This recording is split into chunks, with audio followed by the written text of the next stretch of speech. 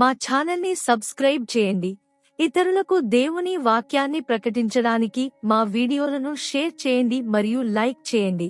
దేవుడు మిమ్మల్ని ఆశీర్వదిస్తాడు. కీర్తనల గ్రంథము 26వ అధ్యాయము. యెహోవా, నేను యథార్థవంతుడినై ప్రవర్తించుచున్నాను, నాకు తీర్పు తీర్చుము. ఏమయూ సందేహపడకుండా యెహోవా యందు నేను నమ్మిక ఉంచున్నాను. యెహోవా, నన్ను పరిశీలించుము, నన్ను పరీక్షించుము, నా అంతరింద్రియములను నా హృదయమును పరిశోధించుము. నీ కృప నా కన్నుల ఎదుట నుంచుకొని ఉన్నాను, నీ సత్యమును అనుసరించి నడుచుకొనుచున్నాను. పనికి మాలిన వారితో నేను సాంగత్యము చేయను, వేషధారులతో పొందు చేయను. దుష్టుల సంగము నాకు అసహ్యము, భక్తిహీనులతో సాంగత్యము చేయను.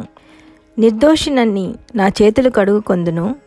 యెహోవా, నీ బలిపీఠము చుట్టూ ప్రదక్షిణ చేయుదును, అచ్చట కృతజ్ఞతాస్తుతులు చెల్లింతును, నీ ఆశ్చర్యకార్యములను వివరింతును. యెహోవా, నీ నివాస మందిరమును, నీ తేజోమహిమ నిలుచు స్థలమును నేను ప్రేమించుచున్నాను.